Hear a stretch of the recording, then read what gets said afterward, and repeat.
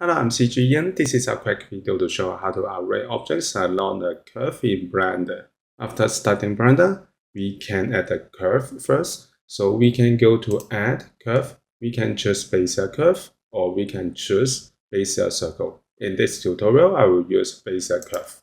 So a Bezier Curve is added. Next, we can edit the shape. Make sure that we select the curve and then go to Edit Mode. So we can see the points with arms. I should go to Top View to edit it. If we want to change the shape, we can select the points. We can use G to move it. We can use R to rotate the arm. And we can use E to extend the point.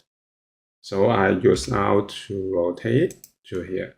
If we want to scale it, we can press A to select all the points and press S to scale it. So I think I scale it once more. So if we confirm the shape, we can go back to Object Mode. Next, we can add the object. I will add a cube, so we can go to Add Merge and add a cube. This is quite large. I make it smaller. I will use 0.5 meter.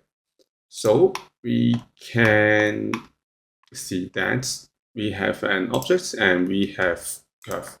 Now we select the object and go to Modifier Properties and then add the modifier. Go to Generate, we can find Array. This is a new feature in Blender 5. We can change the shape from line to circle to curve or to transform. I will use curve. And then go to curve objects. We can use dropper to pick the curve. So we can find the objects in array along the curve. Actually, we can increase number of counts. And also we can click and drag the cross to adjust the number of counts.